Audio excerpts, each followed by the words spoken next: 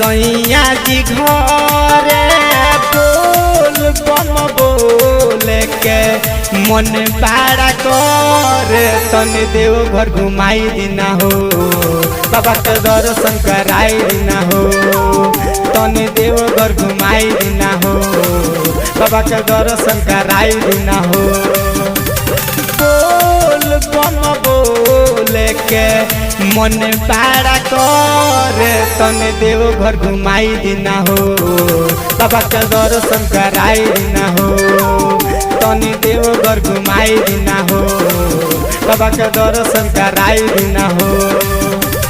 बोली बोली भोले बाबा की जय।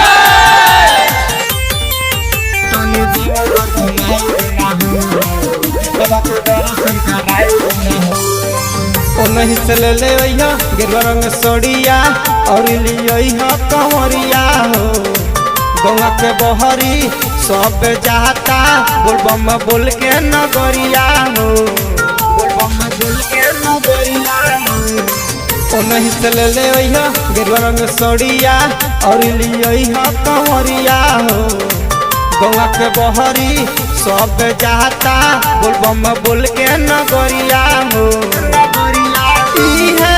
बाटे और जी पुराई दोना हो बाटे और जी पुराई दोना हो चलो देव घर घुमाई दोना हो बाबा के दर्शन कराई दोना हो चलो देव घर घुमाई दोना हो बाबा के दर्शन कराई दोना हो। घर वाले बाबा की